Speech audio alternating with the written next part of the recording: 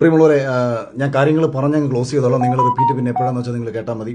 ഞാനിപ്പോൾ ഈ ലൈവിൽ വരാനുണ്ടായ ഏറ്റവും പ്രധാനപ്പെട്ട കാര്യമെന്ന് പറയുന്നത് ഇന്ന് ദിവസം രാവിലെ കുറച്ച് വിഷയങ്ങൾ ഞാൻ സംസാരിക്കുകയുണ്ടായിട്ടുണ്ടായിരുന്നു. അതിനുള്ള പ്രധാനപ്പെട്ട കാരണം ബിഗ് ബോസ് എന്ന് പറയുന്ന ഷോയോട് നീതി പുലർത്താത്ത ഏഷ്യാനെറ്റിന്റെ തലപ്പത്തിരിക്കുന്ന ചിലരുടെ നെറുകേടുകൾ വളരെ കൃത്യമായിട്ട് അറിയാവുന്ന ഒരാളാണ് ഞാൻ. അതിന്റെ അർത്ഥം അത് വെച്ചിട്ട് കഴിഞ്ഞ മുമ്പെങ്ങാണ്ട് റോബിൻ ഇറങ്ങിയിട്ട് ആൾക്കാരുടെ അടുത്ത് എന്തോ പറഞ്ഞെന്നോ, അപ്പം നന്ദികേട് കാണിക്കരുതെന്ന് പറഞ്ഞിട്ടോ. എനിക്കെതിരെ നിങ്ങൾ ആദ്യം മനസ്സിലാക്കണം, ഞാനിത് പറഞ്ഞത് എനിക്ക് വേണ്ടിയിട്ടല്ല. എനിക്ക് എന്തെങ്കിലും പ്രശ്നങ്ങൾ ഏഷ്യാനെറ്റിന്റെ ഭാഗത്തു നിന്നോ ബിഗ് ബോസിന്റെ അധികൃത ഭാഗത്തു നിന്നോ ഒന്നും ഉണ്ടായിട്ടില്ല എന്ന് മാത്രമല്ല, വളരെ കൂളായിട്ട് മുന്നോട്ട് പോയിക്കൊണ്ടിരിക്കുന്ന ഒരാളാണ് ഞാൻ സിനിമകൾ ചെയ്യാൻ നിൽക്കുന്ന ഒരാളാണ് ഞാൻ. എന്നെ സംബന്ധിച്ച് ഏഷ്യാനെറ്റുമായിട്ടും ഈ പറയുന്ന വ്യക്തികളുമായിട്ടുണ്ടാവുന്ന എല്ലാ ബന്ധങ്ങളും എനിക്ക് എൻ്റെ ഭാവി ജീവിതത്തിൽ എനിക്ക് ഗുണകരമായി മാറത്തേ ഉള്ളൂ. എനിക്കിതെല്ലാം കണ്ട് മിണ്ടാതെ പഞ്ചമുച്ചം മുടക്കി പിടിച്ച് നിശബ്ദനായിട്ടിരിക്കാം. എനിക്ക് യാതൊരു പ്രശ്നങ്ങളുമില്ല. എൻ്റെ ജീവിതത്തിൽ നേട്ടങ്ങൾ മാത്രമേ ഉണ്ടാവൂ. അതുപോലൊന്നുമല്ല റോബിന്റെ മുൻകാലത്ത് സംഭവിച്ചത്. റോബിനുമായിട്ടുണ്ടായിട്ടുള്ള ഒരു വിഷയത്തിൽ റോബിന് വ്യക്തിപരമായിട്ടുണ്ടായിട്ടുള്ള ദേഷ്യത്തിൽ റോബിൻ ആ ഷോയ്ക്കെതിരെ പറഞ്ഞത് കണക്കോ ഒന്നുമല്ല ഞാനിവിടെ പറഞ്ഞത്. എനിക്ക് വ്യക്തിപരമായിട്ട് യാതൊരു പ്രശ്നങ്ങളും ഇല്ല എന്ന് മാത്രമല്ല, എല്ലാവരുമായും സൗഹൃദത്തിലാണ്. 2 ദിവസങ്ങൾക്ക് മുമ്പ് ഏഷ്യാനെറ്റിന്റെ 50-ാം ദിവസത്തിനെ തുടർന്ന് ഒരു ആശംസ എടുത്ത് അയച്ചു കൊടുക്കണമെന്ന് പറഞ്ഞപ്പോഴും ഞാനൊരു മറുപടി പറഞ്ഞു. വെറും നാറി പൊഴുത്തുകൊണ്ടിരിക്കുന്ന ഒരു ഷോയാണ്. എന്നാലും ആ ഷോയോടുള്ള ഒരു സ്നേഹത്തിന്റെ പുറത്ത് എന്നെ ജനങ്ങളെ അറിയിച്ചു കൊടുത്തത് ബിഗ് ബോസ് എന്ന ഷോ ആയതുകൊണ്ട് ഞാനൊരു ആശംസ വീഡിയോ എടുത്ത് അയച്ചു തരാം എന്ന് പറഞ്ഞു തന്നെ ആശംസാ വീഡിയോ എടുത്ത് അയച്ചു കൊടുത്തത് ഞാനാണ്. പക്ഷേ ഞാനിത് പറയാൻ കാരണം, ഈ ബിഗ് ബോസിൽ നിന്ന് പുറത്താക്കപ്പെട്ട സിബിൻ എന്ന് പറയുന്ന ചെറുപ്പക്കാരനെ ഭ്രാന്തനാക്കി ചിത്രീകരിച്ചുകൊണ്ട് ഏഷ്യാനെറ്റിന്റെ തലപ്പത്തിരിക്കുന്ന ചില നാറികൾ നടത്തിയ നെറുകേടിനെതിരെ പറയാതിരിക്കാൻ ഞാൻ സിനിമ പൂർണ്ണമായിട്ടും വേണ്ടെന്ന് വെക്കും. ഞാൻ പൂർണ്ണമായും എന്റെ സിനിമയെ വേണ്ടെന്ന് വെക്കും. ഇവന്മാർ എന്നെ മാക്സിമം പോയി കഴിഞ്ഞാൽ തൊലിക്കാൻ പോകുന്നത് അഖില് സിനിമയിൽ നിൽക്കുന്ന ഒരാളാണ്, ഏഷ്യാനെറ്റുമായിട്ട് ബന്ധം വേണം, അല്ലെങ്കിൽ ഈ ഇരിക്കുന്ന ഈ 2 പേര് കേട്ടോ, അധികം ആൾക്കാരൊന്നുമില്ല, 2 പേരേ ഉള്ളൂ ഇതിന്റെ പിന്നിൽ. അല്ലാതെ ഏഷ്യാനെറ്റിന്റെ ഓൾ ഇന്ത്യ ബിസിനസ് ഹെഡ് എന്ന് പറയുന്ന കിഷൻ എന്ന് പറയുന്ന അദ്ദേഹം വളരെ നല്ല മനുഷ്യനാണ്. അദ്ദേഹത്തിനോടൊക്കെയുള്ള വ്യക്തിപരമായിട്ടുള്ള സ്നേഹവും താല്പര്യവും കൊണ്ടാണ്. അതേപോലെ എന്റെ സുഹൃത്തുക്കൾ ധാരാളം പേര് അവിടെ ഉണ്ട്. അവരോടൊക്കെയുള്ള സ്നേഹം കൊണ്ടാണ് ഇവന്മാരുടെ ഈ നാറുത്തരങ്ങൾക്കെതിരെ നമ്മൾ ഇത്രയും നാളും മിണ്ടാതിരുന്നത്.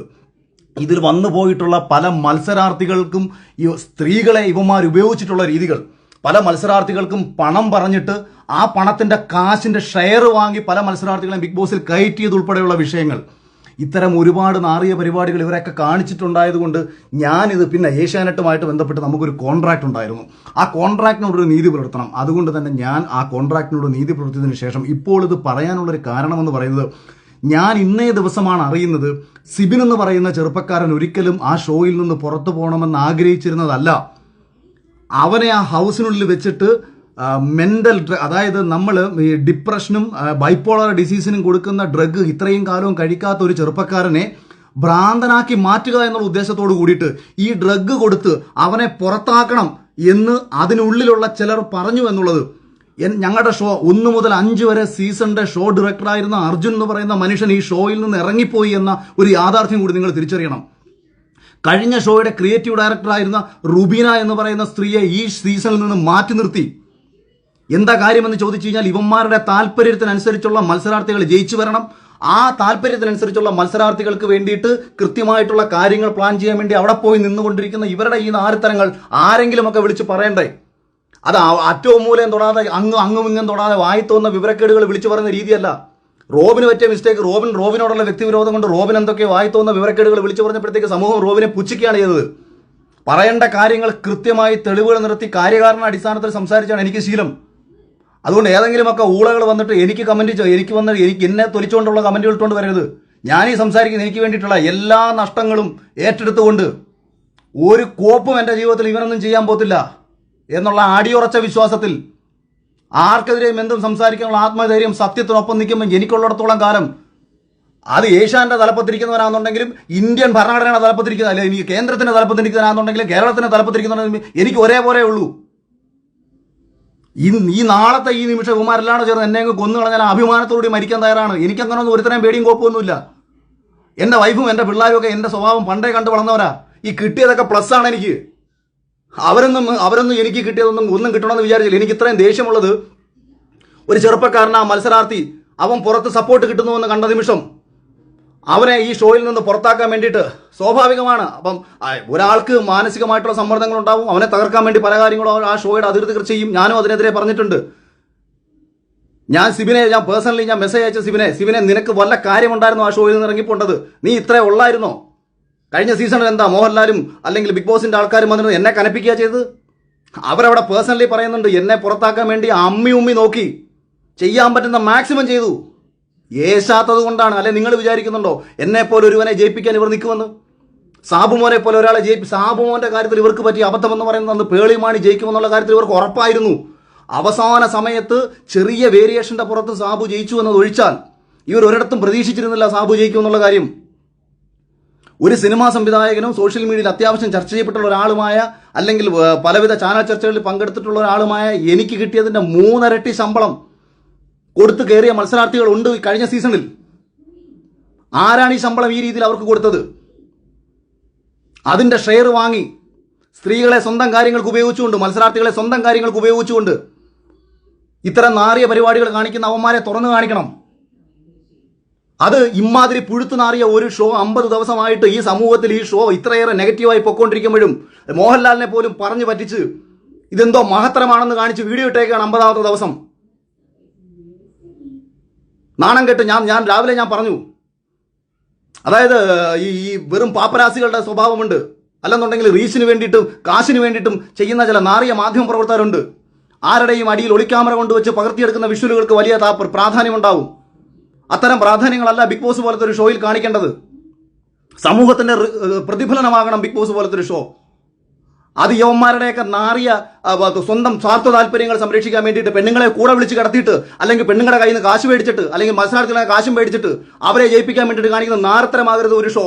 അതും പ്രേക്ഷകരുടെ വോട്ടെന്ന് പറഞ്ഞ് മുന്നോ നീയൊക്കെ എന്തോ കാണിച്ചോ? അപ്പോൾ ഐഡിയ സ്റ്റാർസ് ഇങ്ങനെ നടക്കുന്നുണ്ടല്ലോ, ഡാൻസ് പ്രോഗ്രാമുകളുടെ റിയാലിറ്റി ഷോ നടക്കുന്നുണ്ടല്ലോ, അത് നിന്റെയൊക്കെ സ്വന്തം താല്പര്യത്തിന് നീയൊക്കെ തോന്നിയത് നടക്ക് ചെയ്തോ. പക്ഷെ പ്രേക്ഷകരാണെല്ലാം ഈ ജനങ്ങളുടെ മുന്നിലേക്ക് ഞങ്ങൾ ഇട്ട് കൊടുക്കുന്നു. മറ്റേതാ മഴയാ കോടയാ മറ്റേതാ കേരളത്തിൽ ഏറ്റവും കൂടുതൽ ജനങ്ങൾ സ്നേഹിക്കുന്ന ഒരു മനുഷ്യനെ ശനിയാഴ്ച ഞായറാഴ്ച വിളിച്ചു നിർത്തിയിട്ട് കേരളത്തിലെ മനുഷ്യരെ കോമാളിയാക്കുന്നു. മോഹൻലാൽ എന്താ നിന്റെ കളിപ്പാവുകളോ? കാശ് കൊടുത്ത ആ മനുഷ്യനെ ഈ സമൂഹത്തിന്റെ തെരുവിളി കേൾപ്പിക്കേണ്ട കാര്യമുണ്ടോ? ആ മനുഷ്യനെ സ്നേഹിക്കുന്ന എത്രയോ മനുഷ്യർ ആ മനുഷ്യനെ തെരുവിളിച്ചുകൊണ്ടിരിക്കുകയാണ്. ആരാണ് ഇതിന് കാരണക്കാർ? നിനക്കൊക്കെ എതിരെ പറയാൻ പല ആൾക്കാർക്ക് പേടിയായിരിക്കും. കാര്യം നഷ്ടപ്പെടാൻ ഒരുപാടുണ്ടെന്നുള്ള ചിന്ത കൊണ്ടാണ് ഇവന്മാർ നിനക്കൊക്കെ എതിരെ പറയാൻ ഭയപ്പെടുന്നത്. എനിക്കൊരു വെണ്ടക്കയില്ല. നിന്നെ ഒന്നും പേടിച്ചിട്ട് മിണ്ടാതിരിക്കും, നീ ഒന്നും പേടിച്ച് ചിന്തിക്കുക വേണ്ട. നാരത്തരം കാണിച്ചിട്ടുണ്ടോ നിന്റെയൊക്കെ മുഖത്ത് നോക്കി പറയുന്ന നാരത്തരമാണെന്ന്. ഈ ചെറുപ്പക്കാരനെ പുറത്താക്കിയിട്ട് അവനെ വിളിച്ച് വരട്ടുകയാണ്. അവൻ മിണ്ടിയാൽ അവനെ തട്ടിക്കളയും, അവൻ മിണ്ടിയാൽ അവനെ തൊലിച്ചു കളയും. ഈ കോൺട്രാക്ട് ഉണ്ട്. എന്നെ കഴിഞ്ഞ സീസണിൽ ഇതാണൊക്കെ വിളിച്ചൊന്ന് കോൺട്രാക്ട് ഉണ്ടാക്കിയപ്പോൾ ഞാൻ പറഞ്ഞു ചാനലിന്റെ പേര് ഏഷ്യാനെറ്റ് എന്നല്ലേ, സുപ്രീം കോടതി നല്ലല്ലോ, അവരുടെ കൈ വെച്ചിരുന്നാൽ മതി എന്നാണ് ഞാൻ പറഞ്ഞത്. എന്നെ വിളിച്ചിട്ട് കോൺട്രാക്റ്റാണ്, അഖിൽ അങ്ങനെ സംസാരിക്കരുത്, അഖിൽ ഇങ്ങനെ സംസാരിക്കരുത്. അപ്പൊ അതുകൊണ്ട് ഏതെങ്കിലും ഒരു ചെറുപ്പക്കാരനെയോ ഒരു വ്യക്തികളെയോ നേരെ ഇത്തരത്തിൽ തെമ്മാടിത്തരങ്ങൾ കാണിച്ചു വെച്ചിട്ട് സ്വന്തം താല്പര്യങ്ങൾ സംരക്ഷിക്കാൻ വേണ്ടി ഒരു ഷോ നടത്തി പ്രേക്ഷകരെ വിഡ്ഢികളാക്കുന്ന ഇമാതിരി നാറുതരത്തിനെതിരെ ശക്തമായി പ്രതികരിക്കാൻ തന്നെയാണ് ഉദ്ദേശം. അത് എനിക്ക് ഇന്ന് ഇത്രയും വൈകാരികമായി ഞാൻ പ്രതികരിക്കാനുണ്ടായ കാരണം, ഒരു ചെറുപ്പക്കാരനെ ആ ഷോയിൽ മികച്ച രീതിയിൽ പൊയ്ക്കൊണ്ടിരിക്കുന്നു പ്രേക്ഷകർക്ക് എനിക്ക് തോന്നിയല്ല കേട്ടോ. ഞാൻ പറഞ്ഞത് പ്രേക്ഷകർക്ക് ഇഷ്ടപ്പെട്ട സിബിൻ എന്ന് പറയുന്ന ഒരു ചെറുപ്പക്കാരനെ ആ സീസണിൽ നിന്ന് പുറത്താക്കാൻ വേണ്ടിയിട്ട് നാറിയ കളികൾ കളിക്കുകയും അവനെ വിളിച്ച് ഭീഷണിപ്പെടുത്തുകയും അവനെ മാനസിക രോഗിയാക്കി ചിത്രീകരിക്കാൻ ശ്രമിക്കുകയും ചെയ്ത ഇവന്മാർക്കെതിരെ പിന്നെ പ്രതികരിക്കണ്ടേ? ഞാൻ ഇന്ന് വരെയും സമൂഹത്തിന്റെ വിരോധം പിടിച്ചു പറ്റിയതും എന്നെ ആൾക്കാർ വെറുത്തതും അല്ലെങ്കിൽ എന്തെങ്കിലുമൊക്കെ നഷ്ടം എനിക്കുണ്ടായതും ഒന്നും എനിക്ക് വേണ്ടിയിട്ടായിരുന്നില്ല. അന്നും ഇന്നും ആത്മവിശ്വാസവും ആത്മധൈര്യവും മറ്റുള്ളവനോട് വേണ്ടി സംസാരിക്കുമ്പോഴാണ്. അതുകൊണ്ട് അതേ ആത്മവിശ്വാസത്തിലും അതേ ആത്മധൈര്യത്തിലും പറയുകയാണ്, ചെയ്യുന്ന നാറുത്തരത്തിനെതിരെ പ്രതികരിച്ചിരിക്കും.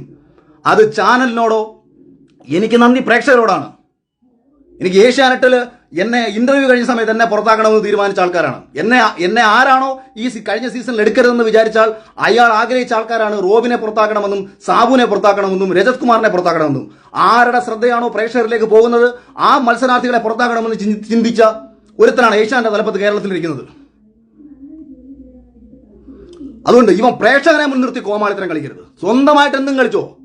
ബിഗ് ബോസ് നടത്തുകയോ മറ്റേ ഏത് റിയാലിറ്റി ഷോയും ഒരു ചാനലിൽ നടത്താം. ഒരു കോർപ്പറേറ്റ് ചാനലിന് കാശുണ്ടെന്നുണ്ടെങ്കിൽ എന്ത് തെമ്മാടിത്തരങ്ങളും ഷോയുടെ പേരിൽ കാണിക്കാം.